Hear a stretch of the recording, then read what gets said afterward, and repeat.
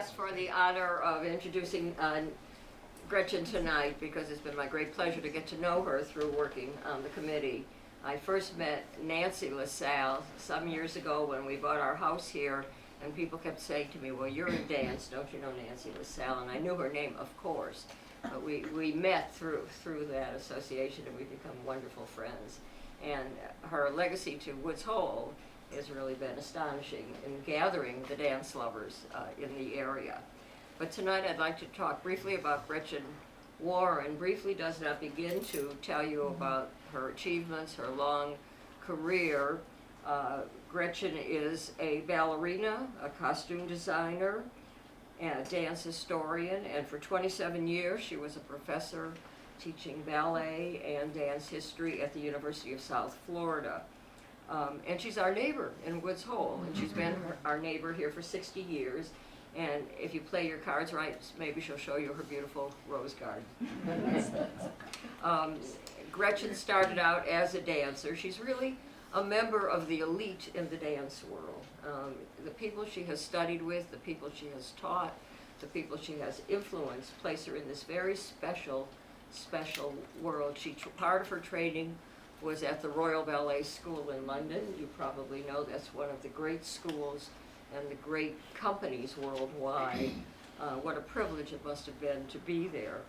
Then she became a soloist in the Pennsylvania Ballet, a company that was started by Barbara Weisberger, who was a protege of George Balanchine.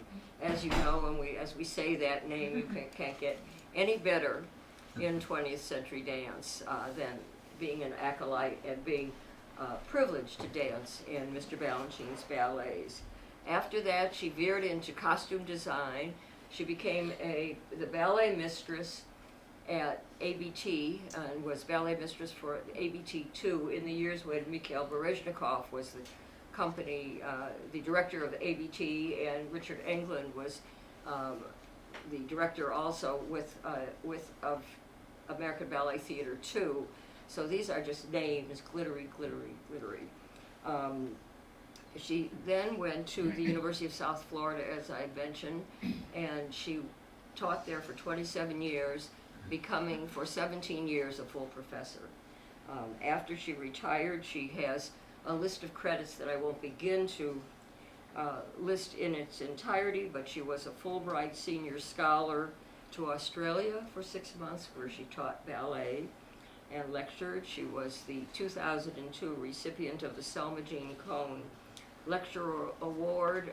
Selma Jean was another legendary figure, one of the people who really started the study of dance history in America. And Gretchen has written 2 books, Classical Ballet Technique and The Art of Teaching Ballet in the 10 20th Century Teachers, 10 20th Century Masters.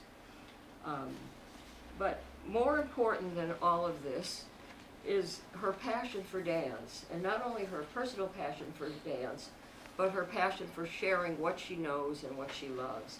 And for those of you who have gone with her on her dance treks to Martha's Vineyard, it's sort of an awesome thing to take on your own, to take the bus to the ferry, to the bus to find the dancers, but it's been a wonderful experience, and I know she's introduced a lot of people. So this notion of spending a life in dance, but then wanting to share it with people, is really what I think elevates her above most of the people, or many of the people in the field. I did ask her if she had known Rudolf Nureyev, and she said yes. And I asked if that was going to be part, and she worked with him. And I asked if that was going to be a part of her lecture, and she said, well, only if someone asks me. So we've got the first question on the table. It's a great pleasure to introduce Gretchen Warren, our neighbor and friend.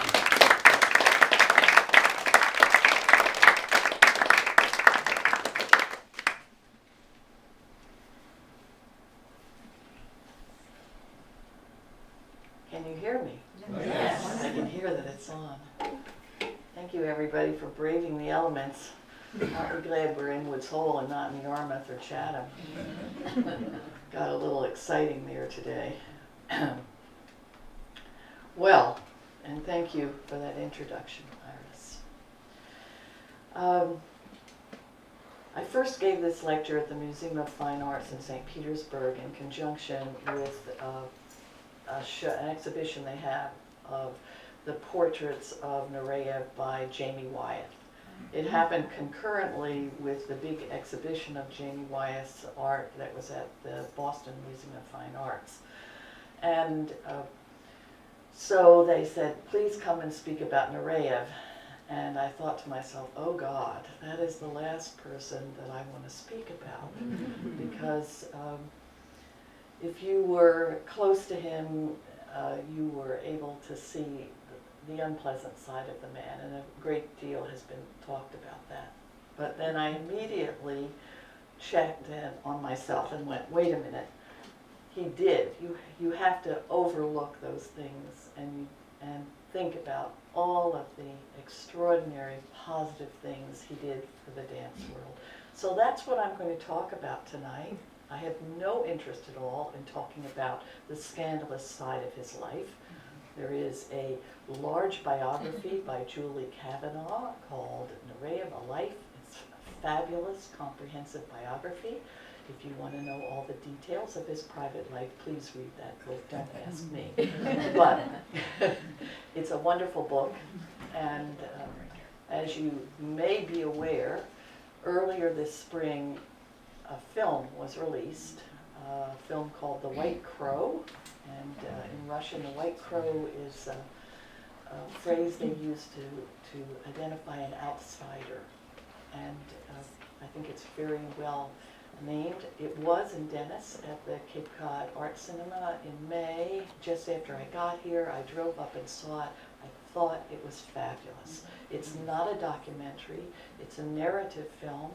It is directed by the great English actor, and he also acts in it, and director Ralph Fiennes, who you may remember from Schindler's List, which I think he won the Academy Award for, and written by I think, the greatest of current English playwrights and screenwriters, David Hare. And the two of them spent 2 years completely immersed in Nureyev's life, and made the decision, along with a woman who initially broached the idea, that the film would deal with the first 23 years of Nureyev's life. So it deals with his childhood, his training regimen in the Kirov, and ends with his very dramatic defection to the West in Le Bourget Airport in Paris in 1961. It encompasses really the first 6 chapters of that biography, and I thought they were the best part of the book. I really loved reading about what motivated this man. It's an extraordinary story, life story, and they made it dramatically wonderful. And they also got very lucky. Fiennes, and I think Hare too, but mostly Fiennes, who's a stickler for detail, I understand, as a director, wanted to have a dancer do the role of Nureyev. And he did extensive searches, and he found in a ballet company in Russia a Ukrainian guy who was 22 years old named Oleg Ivenko, and auditioned him and cast him as Nureyev.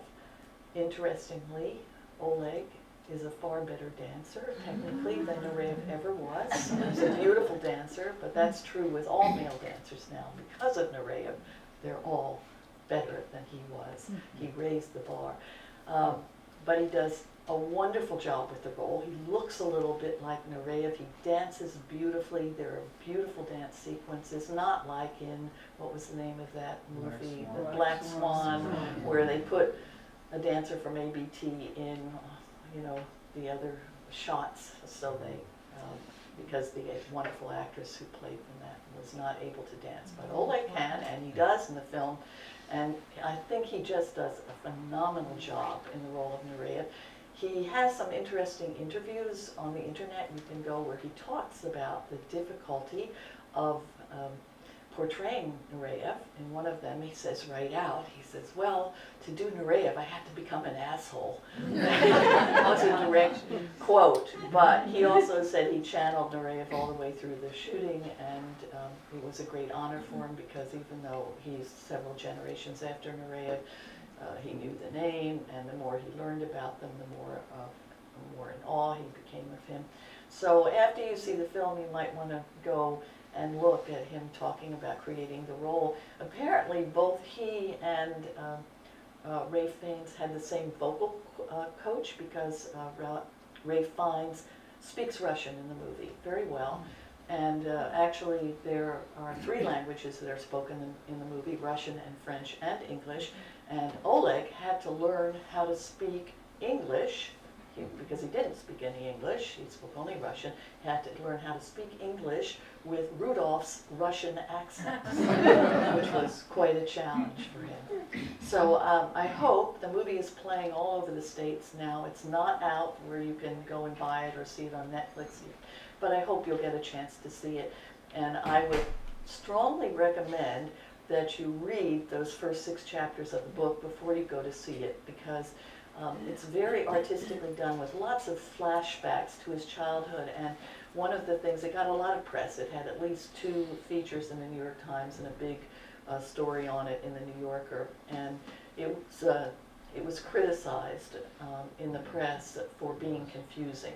And so I thought, well, I didn't find it confusing at all, but then I know the story. So, but I thought it was artistically a real work of art, and I hope it gets the recognition that it deserves. So, Margaret, with that said, we're going to go to this very first picture here. How many of you remember this? And we can take out all the lights except this over me. This is a Black Gamma mink ad from, not that, Margaret. No, Not yet? Not yet. Not till I tell you. Okay, we'll get to that in a few minutes. You get a little taste, but we'll go back to Black Gamma. So, what becomes the legend most is what that ad asks, and Margaret will get it in a second. She knows how to do this. We rehearsed. Yeah, we did. We did. Okay, there we go. I was just. Can you get that I very can first get that. thing that has all the clips on it? Probably. Good. Or, I saw it already. all right, now wait. Where are we? Are we ready to show? Are we good? I just want you to go to that first Black Gamma mink ad there that says clip 1, 2, 3, 4. You It's can keep okay. talking and I will bring it out and do it again. All right. So, what becomes the legend most was the line in that ad, and we probably all remember those. Fortunately, I think we can answer that the 3 people that are draped in mink there, Martha Graham, often referred to as the mother of American modern dance. She's on the left, maybe. Maybe. Nope, didn't like it. We'll get it. Okay, I have confidence. all right, keep talking. All right. And Rudolf Nureyev and his dance partner, the great ballerina Margot Fontaine on the right. Fortunately, I think we could say that as legends, they have trumped the mink. What's remarkable about this picture, though, that it is was probably the first time that dancers had ever been invited to appear in one of these types of celebrity ads. Unfortunately, I doubt that either of these women, as elevated as they were in the dance world, would have been invited to do so had it not been for the superstar status at that time of Rudolf Nureyev, with whom they were then appearing on stage in New York City. We just want to start.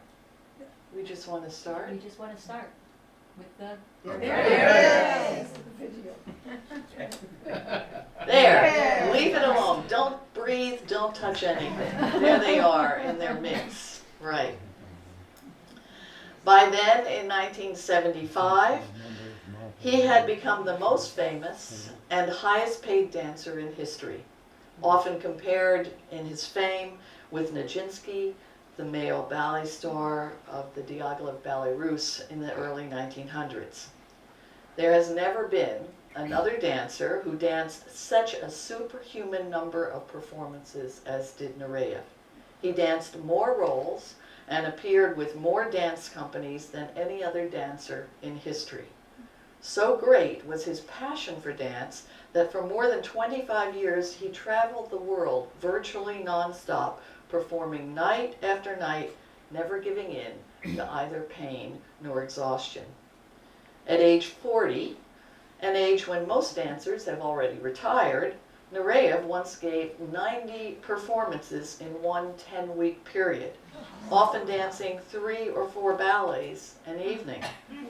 Most dancers would take a few days off after that, if not weeks. Not Nureyev, he rarely even took a vacation. And he had no patience with dancers who appeared tired on stage and not to be giving their all. Watching them from the wings, he would hiss, "What the hell are you doing, looking like sour grapes? Do you have to dance, or do you want to dance? Smile, be happy." As one of his friends said, Nureyev was never happier than when he was on stage. He hurled himself into every situation with a keenness and a zest for life that made it hard to believe that the man could ever be prey to doubt. He worked hard, played hard, and slept little. Few people could keep up with his energy level. As a young man, he had practiced relentlessly with single-minded purpose, willing himself to become a dancer despite being born an impoverished Russian peasant without either the means to study ballet or the ideal body for classical dance. Then, at 23, having realized his dream of becoming a star with the great Leningrad Kirov Ballet, he somehow found the courage, in a sudden, spur-of-the-moment decision, to do what no Russian dancer had ever before dared. During an overseas tour with the Kirov Ballet Company, while waiting for a plane at Le Bourget Airport in Paris, he abruptly left his KGB security guards, walked up to a French policeman, and requested political asylum. And you will see that drama in the film. It's wonderfully done. His defection was not only a terrible blow, propaganda-wise, for the Soviet government, and conversely, a big propaganda coup for the Western governments. It was also a terrible loss for Russian ballet. He was, at that time, their brightest new star. But Nureyev had always been fascinated by what lay over the horizon.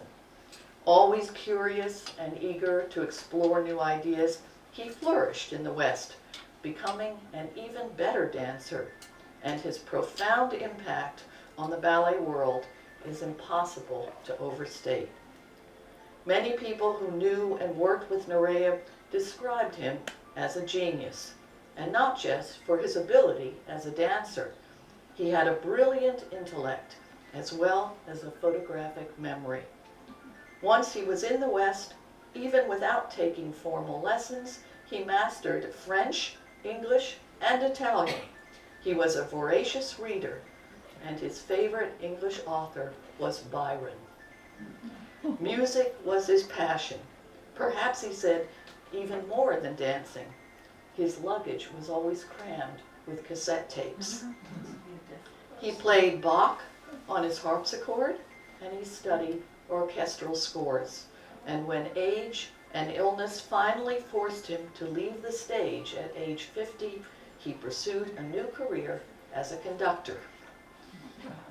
As a person, Nureyev could be charming, witty, and generous one moment, and rude, selfish, and totally without compassion the next. No one who worked with him ever found it easy. He was a perfectionist and demanded as much from the dancers he coached and partnered as he did of himself. His temper tantrums were legendary, but usually passed quickly. We're having a little Somebody's phone is on. Is it a phone? Of course. It's very nice and gentle. I'm being a dancer, you know. It's a I'm night starting owl to if you move did not turn when I off hear the music. phone. Okay, there we go. It's louder. Thank you. So his temper tantrums were legendary, but usually passed quickly like summer thunderstorms. He owned several homes, but due to his relentless performance schedule, rarely spent much time in any of them. It has been said that he performed so much because he needed the money in order to sustain his decidedly lavish spending habits in art and real estate. And while this is probably part of the reason, I don't believe it's the main one. What Rudolf Nureyev liked even more than a big paycheck was to be on stage in front of an audience. As a dancer and choreographer, he indeed left a considerable legacy. Even while maintaining an almost non-stop performance schedule, he found the time and energy over the years not only to direct and revitalize a major ballet company, the Paris Opera Ballet, but also to stage and choreograph ballets. The 8 full-length classical ballet productions he created were danced by some 30 companies worldwide, and they still are today. I went and looked online. There are about 5 major companies right now that are performing works, big classical ballets that Nureyev created. As he himself was fond of remarking, "I've laid my eggs everywhere. They'll never be able to forget me. Nowhere." And today, 26 years after his tragic and untimely death due to AIDS, he has not been forgotten. As one famous choreographer who worked with him remarked, Rudolf Nureyev was like a comet. He left a radiant trail in the memory of thousands of people. How many of you in here actually saw Nureyev? I bet quite a few, yeah. So you remember, right? No doubt that includes a lot of you here tonight, and certainly it includes me. In 1962, I was a 17-year-old student completing my ballet training at the Royal Ballet School in London. It was 1 year after Rudolf had made his headline-grabbing leap to freedom, and he had just been invited to join the Royal Ballet. The company often rehearsed at the school, sharing our studios in Barons Court, so Nureyev was occasionally in the building. To say that his presence, or even the rumor that he might be coming, charged the atmosphere would be an understatement. The only other time I witnessed such excitement and anticipation was the day Princess Margaret visited us. However, aside from the occasional glimpse of him in the canteen or a forbidden peek through a studio door, one couldn't really see what all the hullabaloo was about.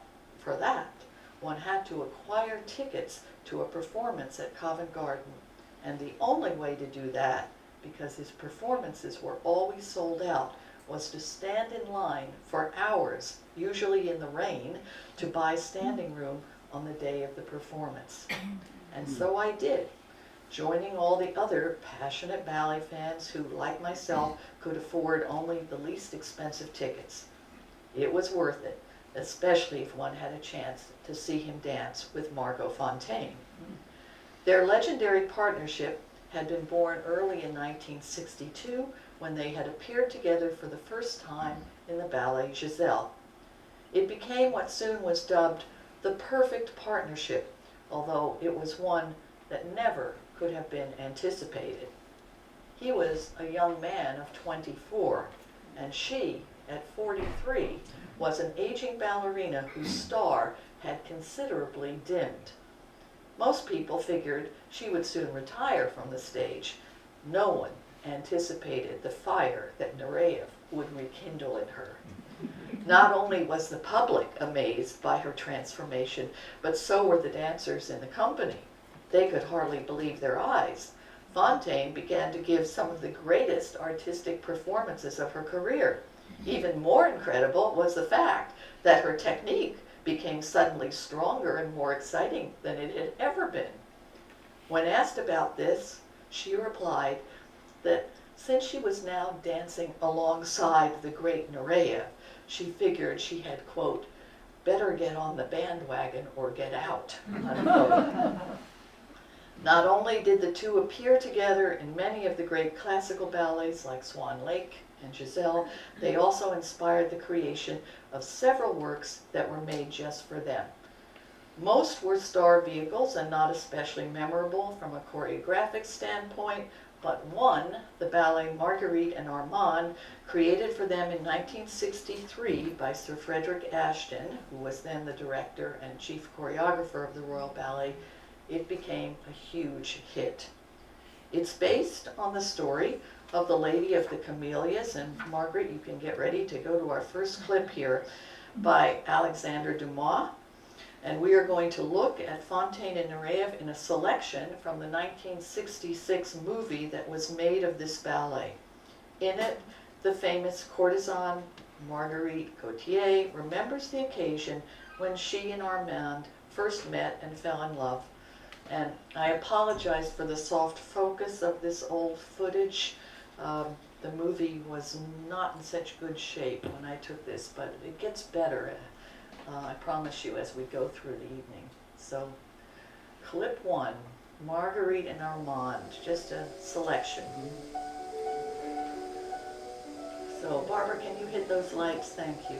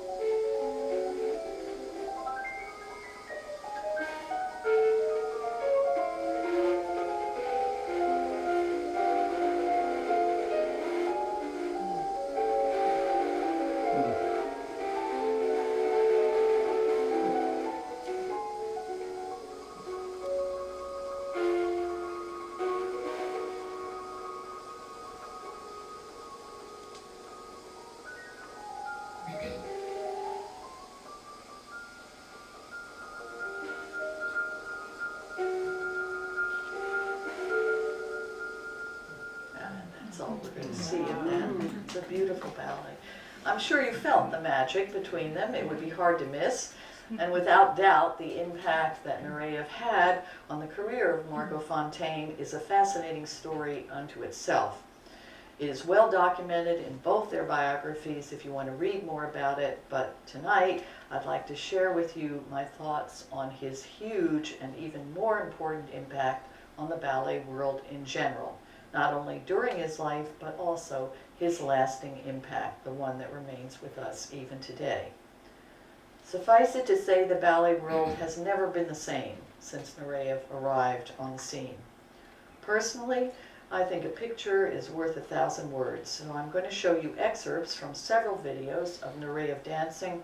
I think that's the best way for you to see and feel what all the fuss was about when audiences first witnessed his dancing in the West. At that time, there was no other male dancer outside of Russia with Nureyev's spectacular virtuoso technique, nor was there anyone whose stage personality was so exotic and sensual. He was repeatedly described as having an animalistic quality, rather like a panther. Years later, Mikhail Baryshnikov would correctly be described as a better dancer with even more spectacular technique. But Nureyev's theatrical behavior and stage personality were what set him apart. On stage, he was like someone possessed. and absolutely unforgettable.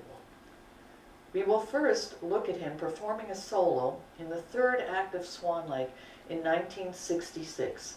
He was 28 years old and at the peak of his dancing ability. Among the things I'd like you to notice is how clearly he shows each movement. He was a stickler for detail. As Anna Kisselgoff, who you remember spoke here, a wonderful dance critic for the New York Times, wrote in 1975, Mr. Nureyev would make heroic, elaborate preparations for certain steps. The tension increased, and so did the thrill for the audience as the difficulty was surmounted. Unlike most other dancers, Nureyev never tried to hide the effort it took to dance at his level of virtuosity. Instead, he came on stage to conquer and deliberately made the audience aware of the difficulty involved. He knew this created theatrical suspense, as did the fact that he never held back or played it safe. Often, he rather recklessly left himself open to failure. As someone once noted, he comes on stage as if into an arena. Is he going to be eaten by the lion or not?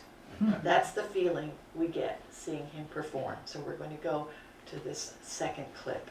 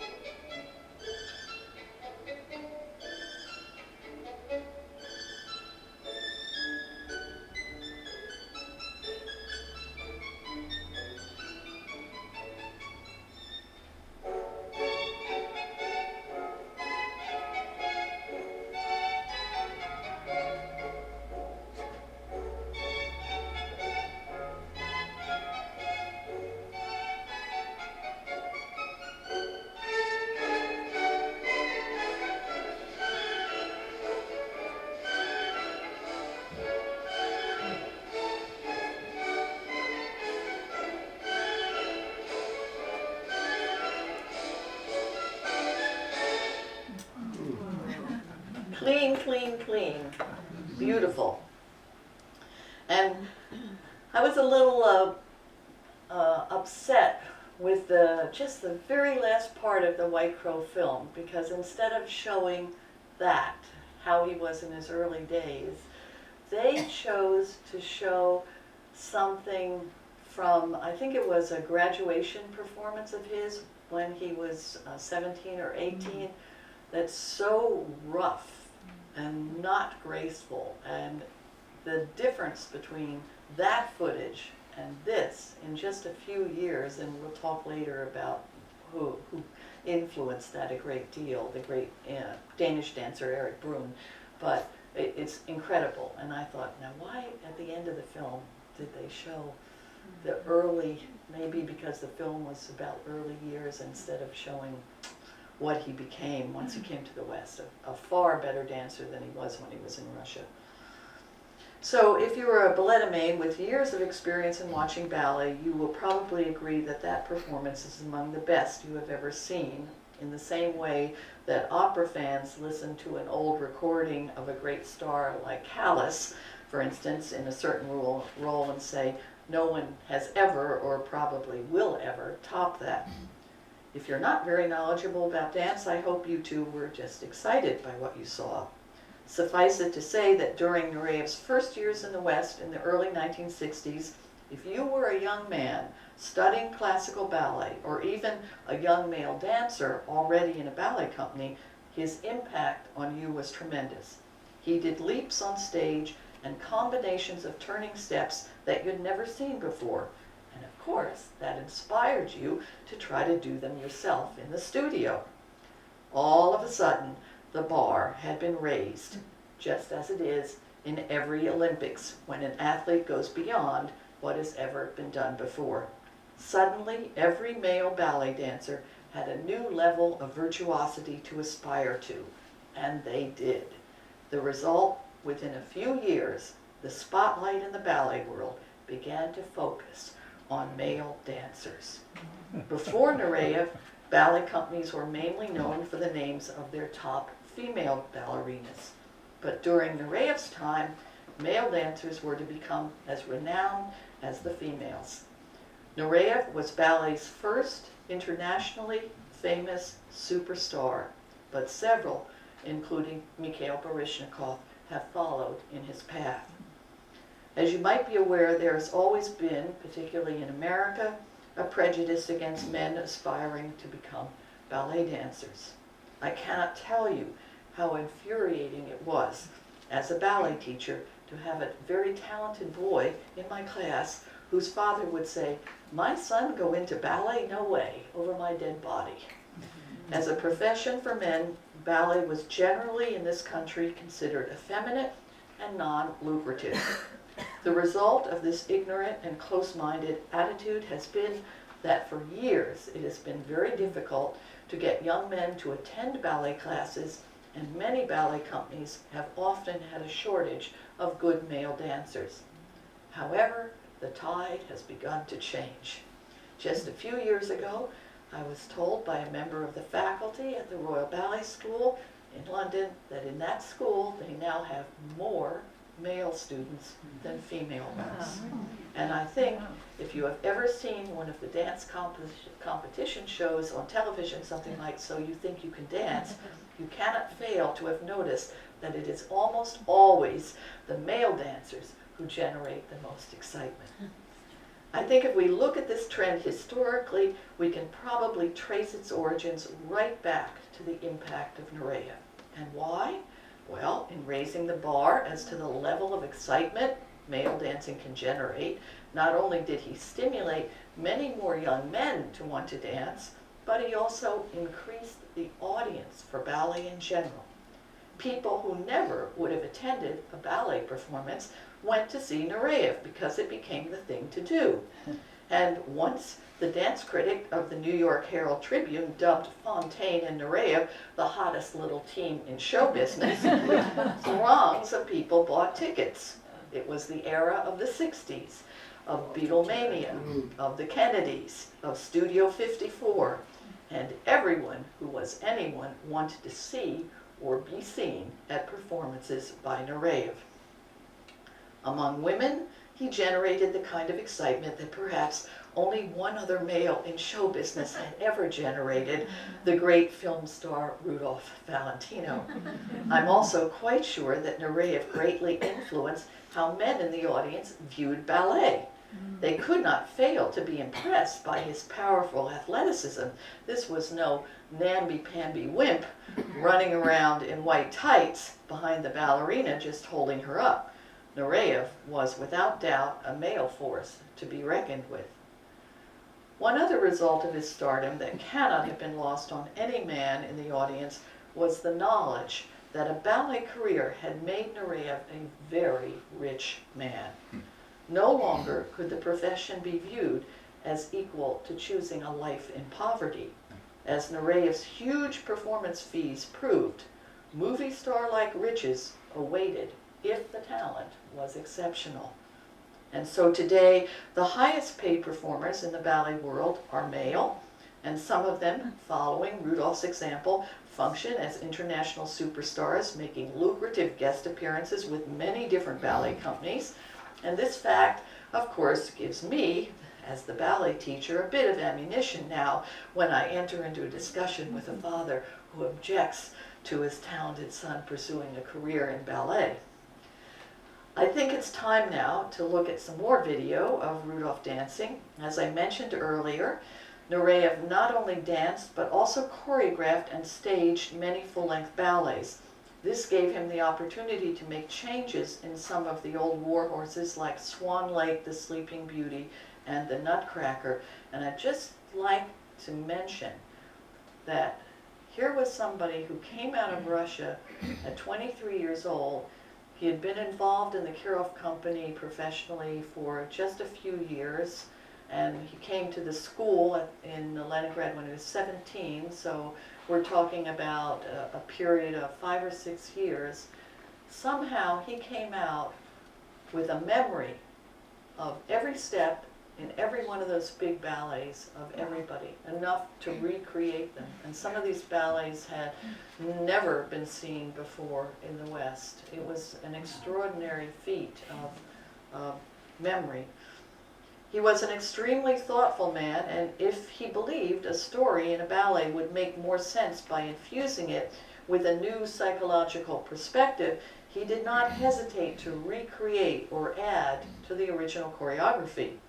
I don't think he ever planned to become a choreographer. The opportunity fell into his lap shortly after he had been engaged as a guest artist by the Royal Ballet. The invitation came from Dame Ninette de Valois, the founder-director of that company. She noticed what an excellent eye he had as a teacher and how much he helped and inspired the dancers in the company, whom he often took aside to coach. She felt that if he created a work for them, they would grow as artists under his influence. It was decided that he would stage the Kingdom of the Shade scene, the third act, from La Bayadere, a famous Russian classic that had never before been seen in the West. It proved a huge success for the Royal Ballet, and soon he was almost as much in demand as a choreographer as he was as a dancer. I'm now going to show you the solo that he added for himself to Act 1 of Swan Lake. He felt that the role of the prince had never been as fully developed as it should have been. Of course, he was the prince, so attention most commonly fell on the role of the Swan Queen, Odette.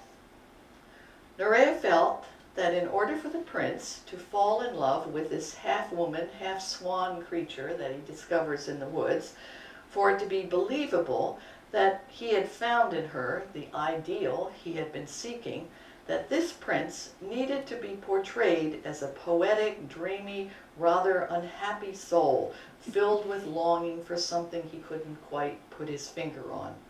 So Nureyev created this melancholy solo for himself. It was not the typical bombastic solo, filled with the virtuoso leaps with which he often brought down the house.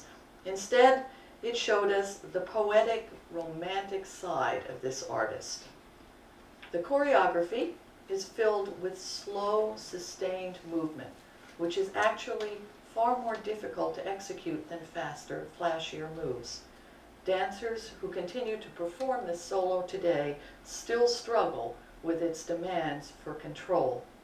Here is Nureyev performing it in 1966. Please notice the beauty of his hand and arm movements, what we call port de bras in ballet. These were one of the singular facets of his dancing that set him apart from all other male dancers of the time. Partially, his expressive, fluid arms were a result of his Russian training, which always stressed grace and plasticity in the upper body. But they were also an important tool in his toolbox. They helped him widen the diversity of roles he could play, allowing him to change from a forceful, heroic warrior type in one ballet to a convincingly vulnerable and tender and heartbroken one in the next. So let's take a look. We'll go to the next clip. Margaret, thanks.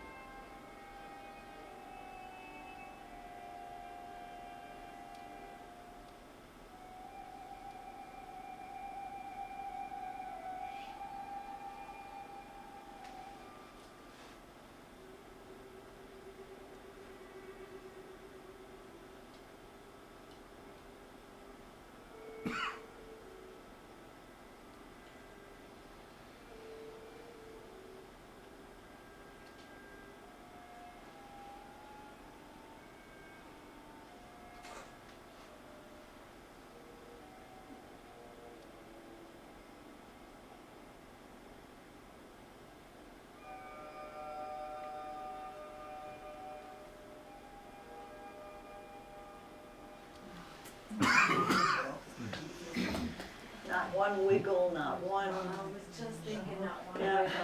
not just extraordinary control all the way through. He he came out in 61, he's 23, he was 28.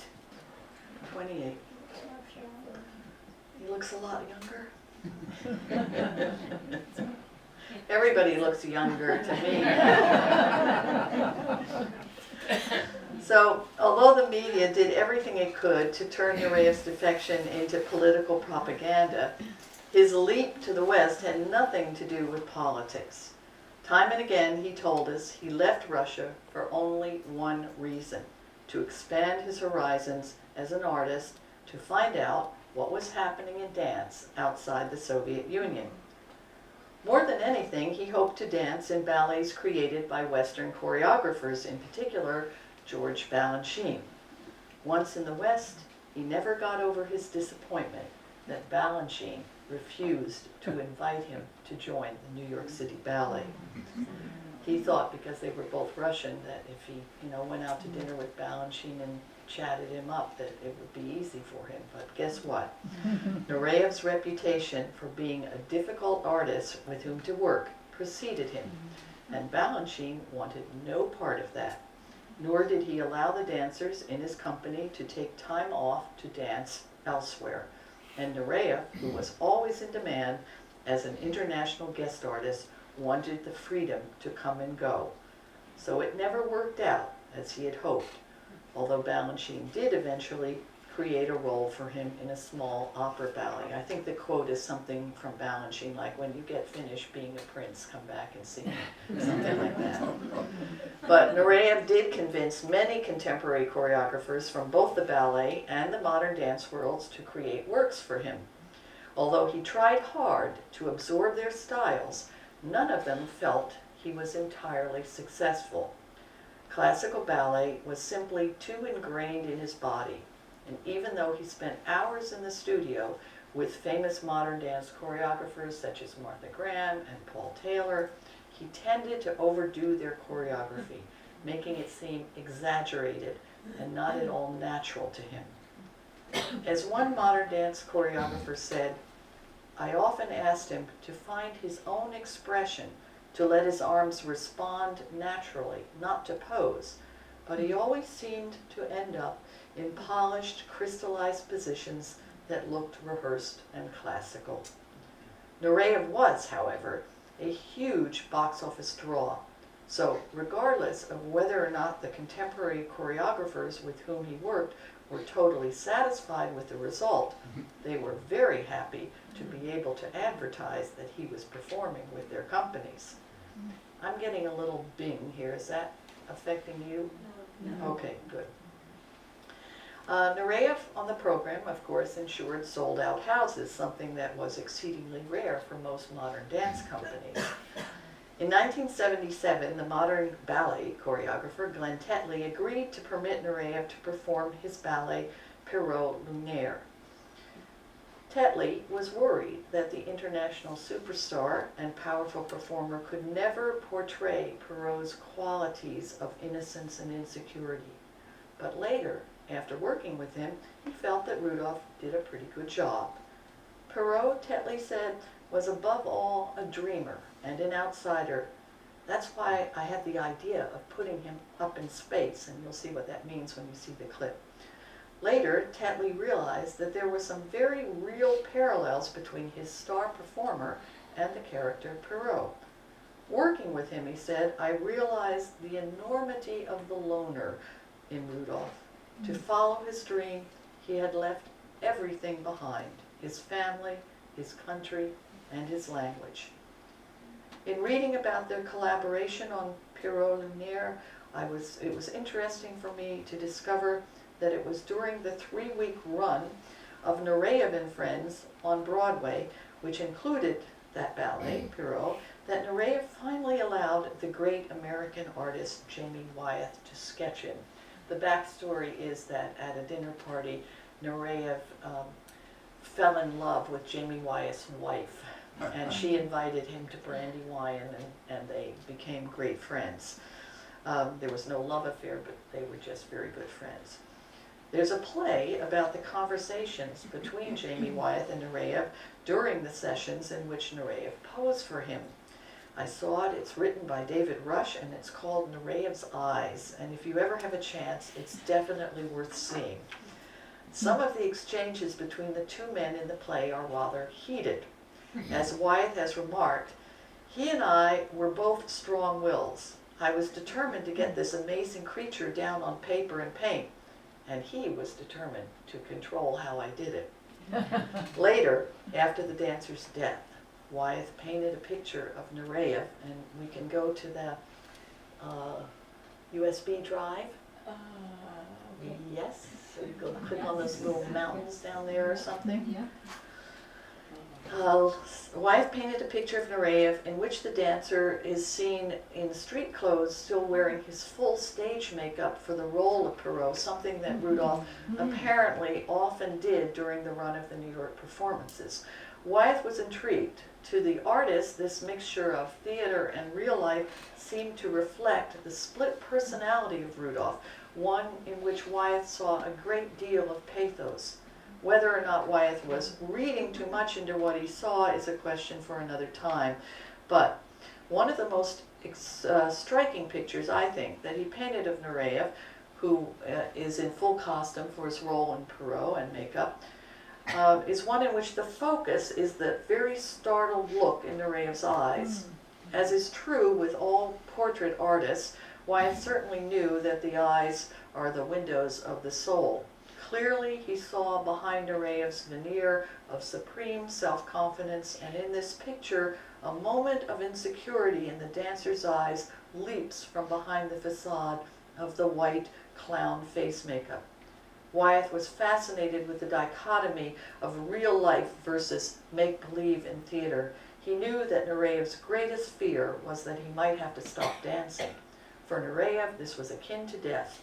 And I think in this picture, Wyeth brilliantly captures the insecurity the dancer felt at the mere thought of ending his career. So to sum up, Nureyev's lasting impact on the dance world was made in many ways. Of greatest importance is the way he changed the focus in ballet from women to men, bringing male dancers to the forefront, putting them on the map. There is also the huge impact he had on young male dancers in general, inspiring them to new heights and greater self-image. And there's the fact that for the 20 or so years that Nureyev toured the world, often giving more than 200 performances a year, that he greatly increased not only the audience for ballet, but also appreciation for the art of dance in general. And finally, and perhaps most importantly, there's the fact that Nureyev was the first big ballet star to cross over into performing modern dance. He sought out Martha Graham, Paul Taylor, Murray Lewis, and many other modern choreographers, eagerly throwing himself into their movement. Traditionally, the ballet world and the modern dance world, you may know this, rarely cross paths. Nureyev created a bridge between those two, proving that dancers could perform both styles. His example caused the wall to break down between the two camps, and in the last 20 years, we've seen modern choreographers, like Mark Morris, for instance, increasingly creating choreography for ballet companies and ballet dancers, adding modern dance to their training regimens and performance careers. For us now, that's an everyday occurrence. But in the 1960s, that wasn't true at all. I never studied modern dance in the ballet school. Now, every major ballet school makes their students study modern dance. This turn of events, which has totally changed the face of the ballet today, can be traced directly to the example set by Rudolf Nureyev. Unfortunately, there's not time tonight to go into the myriad of other contributions that Nureyev made to the art of dance. These would include the 8 years he spent in the 1980s as the brilliant and visionary artistic director of the Paris Opera Ballet, as well as the major reconstructions he choreographed of several great Russian ballet classics, La Bayadere, for instance, that had never before been seen in the West. They were performed, and many of them still are, by companies worldwide. There were also huge numbers of dancers, both professional and student, whom he coached, who loved him, were inspired by him, and whom he, ever the demanding perfectionist, pushed to heights of performance that they had never imagined they would be able to reach. Many of them are now retired from their dancing careers, but as today's teachers, coaches, and artistic directors, they continue to pass on his wisdom. As Margot Fontaine said, he had a remarkable teacher's eye. And I think I'd like to close with a video clip of the two of them in one of their most famous performances. And I warn you that this is the point at which you should probably get out your Kleenex. Always makes me cry. As these two showed us time and time again, great art is never just about technique. It transcends technique, leaving those of us lucky enough to have witnessed it somehow changed forever. Here are Margot Fontaine and Rudolf Nureyev in the tomb scene from the final act of Romeo and Juliet in the production created for the Royal Ballet by Kenneth Macmillan. All right, is this number 5 or 4? I believe Going that to 5. this would be, unless I missed one, let's see what we've got here. I think we want to go to 5 if this is the last one. No, No, Okay. more. Okay, so we go. yes, yeah, We're going to 4, 5 is different.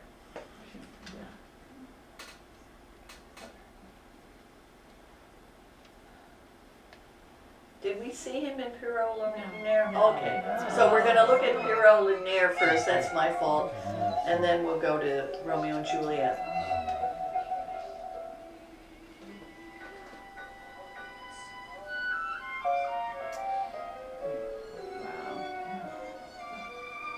So Tetley built a scaffold for this ballet.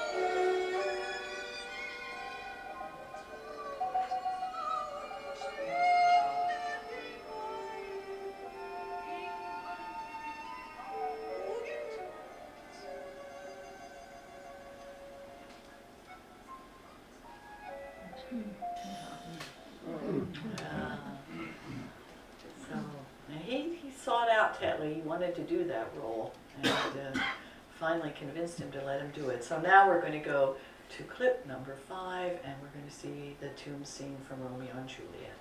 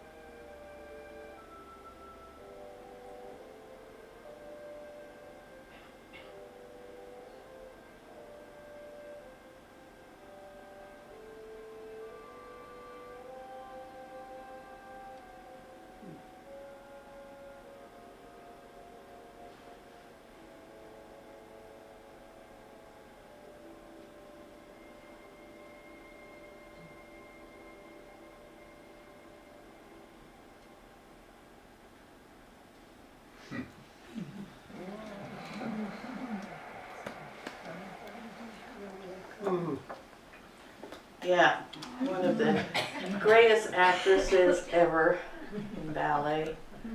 I have to say she was my favorite.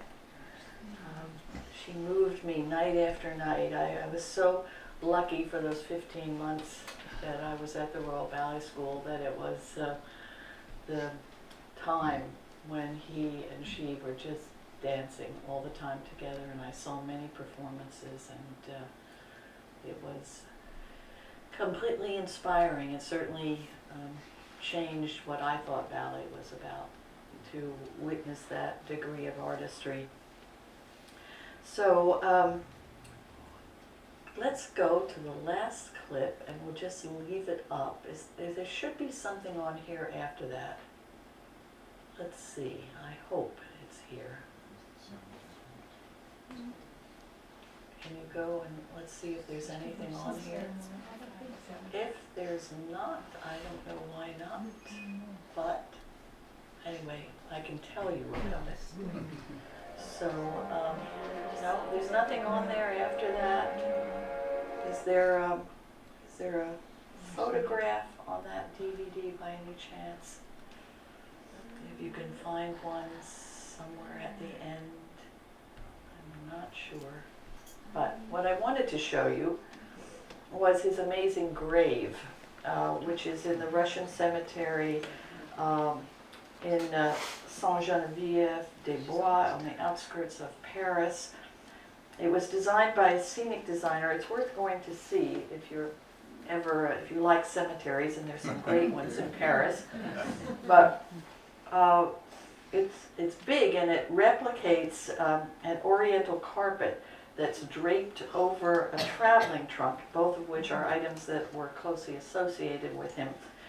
Such carpets or kilims were something he loved. He purchased a huge number of them, and they filled his rooms, and they covered the walls and floors and draped over furniture, and sometimes he even draped himself in them.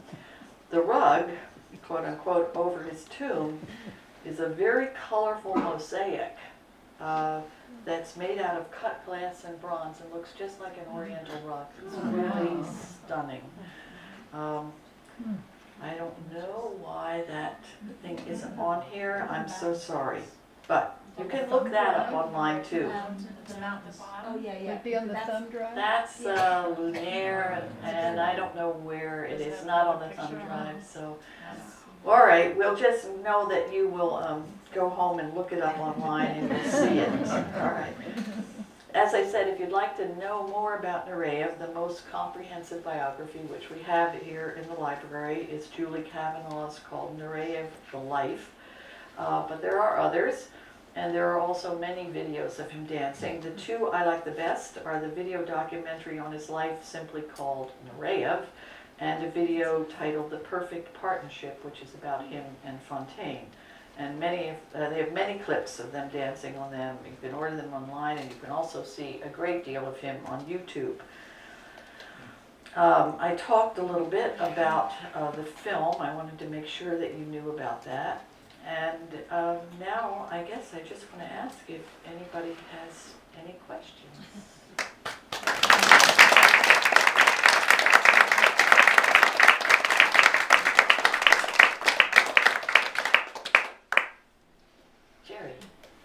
Gretchen, you mentioned that he was not the most technically accomplished dancer of his generation, although you made a clear case for his importance. Yeah. But I wonder that your years of teaching and dancing and watching, could you name male dancers who you thought were the most fully realized male dancers? Well, for me, it's Baryshnikov is number one. I think he's the greatest dancer I ever saw. At the time of Nureyev's defection, there was a dancer in the Kirov called Yuri Soloviev. Tragically, he committed suicide. During his career, he was still a young man. He was a good friend of Nureyev's. He was technically a better dancer than Nureyev was, but he had a very kind of laid-back personality. When Nureyev came out, he was very, very interested to meet Eric Brun. And Eric Brun was a great great premier danseur, considered the ultimate prince. Nureyev had heard about them. They did meet shortly after he came out. They fell in love. They had a relationship for many years, off and on. They often trained together, and you can really see the influence of Eric Brun after you see Nureyev. After about 2 years he's been out, because Brun came from the Danish school. He was very refined dancer, very elegant. Rudy was a little brash and had some rough edges, and Brun helped him clean those up. And he also introduced Rudy to what we call the battery, but the quick beaten steps that are so typical of the Danish school, which is what Eric Brun came out of. And so he worked with them. There's some wonderful photographs that were taken in those early years of their relationship, of the two of them at the bar, black and white photographs facing each other and doing their morning bar together. They, influenced each other greatly as artists. Nowadays, there are so many wonderful dancers, it's hard to name. There are tons of them, and it's wonderful. Carlos Acosta, Marcelo Gomez, many of the big name stars that are in ballet theater, they're coming all the time, and it's just the whole level of training has gone up, and it really just comes down to a matter of personal preference. But the greatest male dancer that I've ever seen is Baryshnikov, and I think not only because of the way that he danced the classics, the technical level, but I've never seen another dancer as coordinated or as able to pick up something, a movement that's not in the ballet vocabulary like him. He can imitate jazz. He's also, of course, made forays into modern dance. Mark Morris took him on tour for the first years of Mark's company, and I wish he were still dancing. I felt very sad when he stopped dancing the classics, because I loved to watch him. But I love to watch him in anything. I loved the way he did balancing. So he's my personal hero. But I had many, and some in different roles. I was very, very fond of Richard Cragen and Marcia Heide of the Stuttgart Ballet. They were the other perfect partnership of that time. And, so Richard Cragen as Eugene Onegin was somebody I would love to see. It was a great, great interpretation of that role. Thank you. Yeah. Anybody else? Yeah. He came from an impoverished family Yes. and got to be a Kirov superstar. Yeah. Has that happened in this country? Nothing like that has ever happened before. When you see it in the film, you won't believe it. And when you read about it, you won't believe it. I mean, he literally often went without food. He lived in a very cold, where his father was in the military, was hardly ever there. His mother went around as a peasant and picked up firewood to try to get enough money to feed him and his two sisters. And it was a horrible childhood. And When did he start ballet? well, turned out that there was a little folk dance company in this town that he came from. And he started first going there as a child, and he showed talent. And then he was referred to a very elderly lady who had been a member of either, I can't remember if it was the Bolshoi or the Leningrad Ballet, but she trained him privately. So he had had some training, but then she said to him, you have to go to the Vaganova school in Leningrad. And he would sit and watch the trains and dream about, and somehow he cobbled together enough money for a one-way train ticket and showed up with, he didn't have really clothes to dance in or anything, and showed up, with his little suitcase in Leningrad, and went to the school and said, I want to study here. Somehow he talked himself in that initially they were not at all impressed with him, and they put him in the class with a teacher who was not one of the great teachers in the school. And it took Nureyev about a week to figure that one out. And then he saw that all the best dancers were studying with Alexander Pushkin, who was the great male teacher. He was Baryshnikov's teacher, was Nureyev's teacher. He was the teacher of many of the greatest male dancers of the last century. And that's the role that Ralph Fiennes plays in the movie. He plays the role of the teacher. And he went to the director of the school and said, I want to be in Pushkin's class. And there's a wonderful scene in the movie because they say, whew, really? You know, but he talks himself in. And then Pushkin kind of took him under his wing. He saw something in this kid.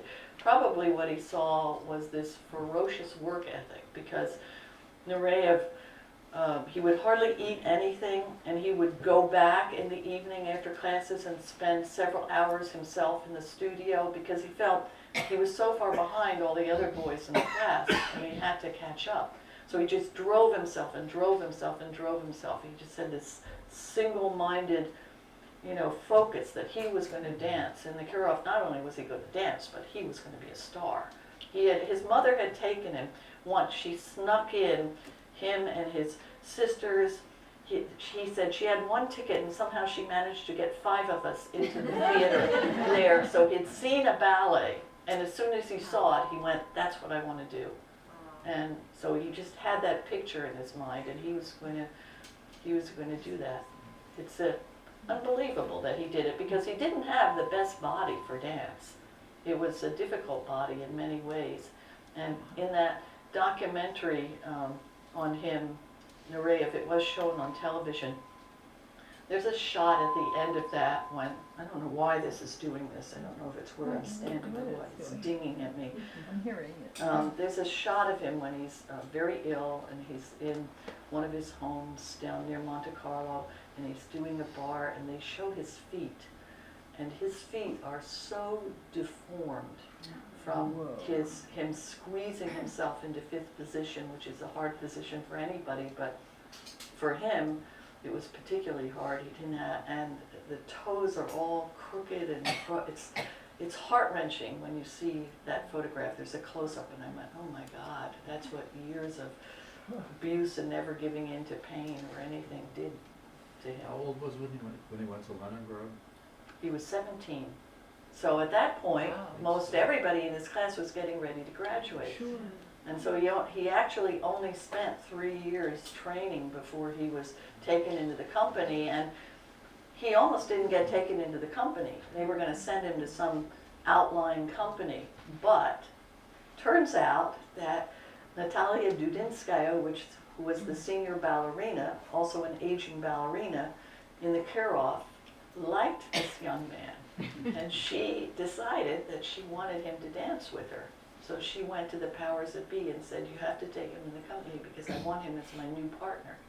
So he started out dancing with Dudinskaya. And of course, you know, once they saw him on stage and people started talking about him, and then they couldn't deny his stardom. But he was always a troublemaker. And he never followed the rules. He created lots of problems. And but at the point that he started to become popular with the audiences, there was nothing they could do. And you know, that continued when he went out on that tour to Paris. He ditched his KGB guys and snuck off and spent all night long with friends in the Paris Opera and other friends, and just completely disregarded the rules. And he knew, you know, at the airport when his director and I think the KGB people came up to him and said, you're not going to go on with the company to London. Khrushchev wants you back in Moscow for a special performance. And he went, if I go back, they'll never let me out again, ever. So he really made that decision to defect in just a few minutes. And he was, the real story of the defection was not always told correctly. In the movie it is, because the Parisian socialite who he had befriended during the weeks that he was performing in Paris intervened, and so did one of the dancers in the Paris Opera Ballet. They went to the security at the airport and said, how can this happen? And were told, he has to come to us and say, I request asylum, political asylum. We can't intervene, we can't go to him. And, you know, in their saying goodbye to him at the airport, they whispered that in his ear and said, you just have to walk, you know, 10 steps over there to that policeman over there and just say, and he spoke enough English by that time, or French, I guess, I don't know what he said, but he said, he walked, and the KGB guards just freaked, totally freaked. Well, I don't want to give away the movie, but you're going to see it, see what happened. But that is, according to the people that were there, the real true story of what happened, because there were all sorts of stories that he leaped to freedom. He walked very calmly over and said, I want to request, yeah. I saw the film. It was Yeah. meticulously shot, Isn't it edited, beautiful? paced, everything. And if I were you, I would do everything to see it in a big screen. You do not want to see it on a television set. I mean, it's worth traveling for, believe me.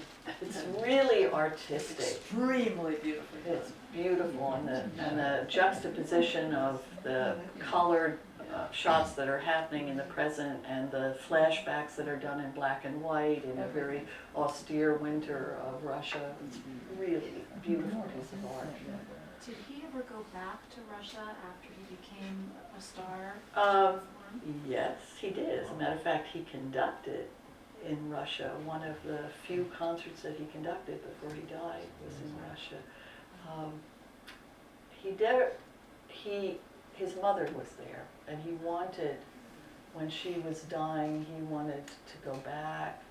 He went back. She was not able to recognize him. There was a lot of intervention. I can't quite remember the details, but I think Edward Kennedy helped in that. There was intervention from people in the government to get him permission to go back when his mother was dying, and so he did. But he didn't dance, and it was not a happy trip for him. So, yeah. Can I ask a question about music? Mm-hmm. You said he was a perfectionist Yeah. and that he was very involved in music for his dancing, and that later he became a conductor. Mm-hmm. And it made me wonder how involved he was for the music that took place for the performances that he was dancing. Was he known for going down and having it out with the Yes. with the conductor of the ballet? And the other half of that is, did he conduct for ballet? Yes, he conducted one performance of Romeo and Juliet for American Ballet Theater, I think it was 1992, where he conducted the orchestra in the pit at the Metropolitan Opera, after which I was told that the whole orchestra got up and applauded him. Wow. He was very sick by that time, everybody knew that. But yeah, he had his own ideas about what the tempo he wanted to dance was.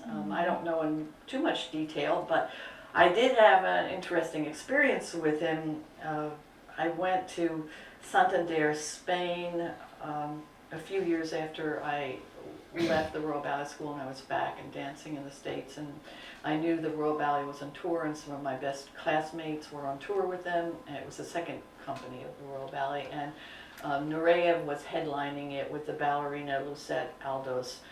So I went back, and my friend said, come take company class with us in the morning. So I went to take company class.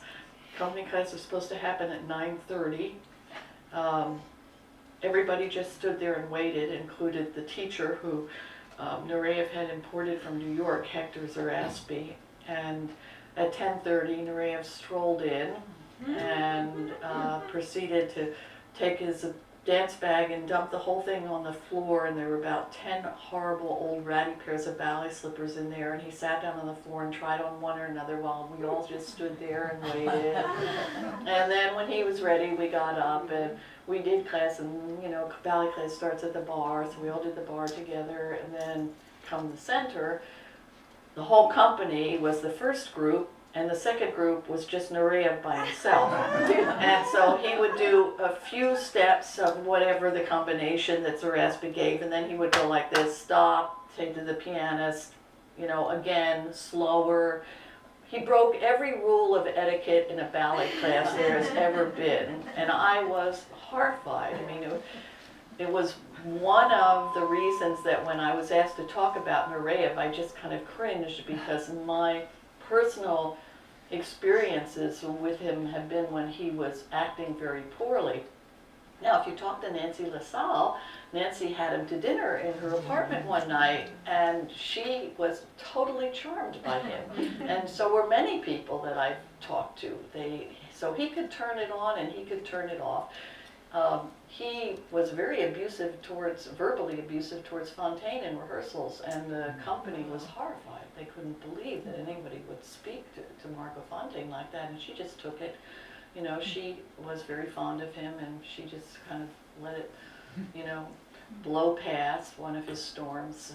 But I have, you know, I'll tell you a funny Nureyev story.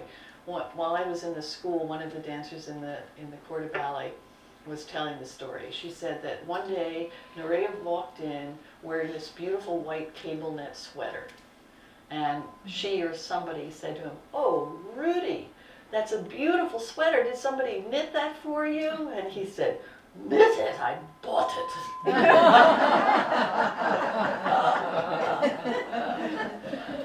And, you know, in Santander, that night at the performance, he and Aldos, I think they were doing his version of the Nutcracker. It has a pretty difficult pas de deux in it. And so the general shape of a pas de deux is the couple dance together, and then the man does his solo, and then the woman does her solo, and then they come together for the coda. So everything went fine, and it came time for the coda, and he came out, and he did his leaps and his turns, and then he finished, and Lucette came from the wings, and Rudy turned and just, you know, that's the time when it's time for her to show her stuff, and he just, you know, walked around the side of the stage and up. The problem was the spotlight operator kept the spotlight on him the whole time. He was just walking around the side of the stage while Lucette was in the middle of the stage doing her fouette turns in the dark. I mean, I was horrified. I was just horrified. I was so upset. I thought and I don't think that he ever told the spotlight operator to do that. He never would have, but here was a spotlight operator who had been told, "Oh, the great Nureyev is performing tonight. I'm sure you do a good job with the spotlight." He was going to keep that spotlight on Nureyev the whole evening. Yeah. So, you know, I saw him sometimes partner a dancer very roughly. I hated that as a student. I was incensed. I thought, how dare he, you know, put that dancer down that hard. You know, he was annoyed, and you could clearly see it. He was very nice when he was dancing with Fontaine, but sometimes when he was with another ballerina, he was like, and I thought that was terrible. He got away with murder because he was so good and so charming, and he was so smart, and people respected him. So there are lots of, you know, people idolized him, and they could see how hard he worked, and they could see how smart he was, and if they were lucky enough to be coached by him, how much he helped them. So he got away with a lot. But my feeling is that we should focus on all the good things about him, not the others. Anybody else have anything they want to ask? Thank you very much. Have a good evening.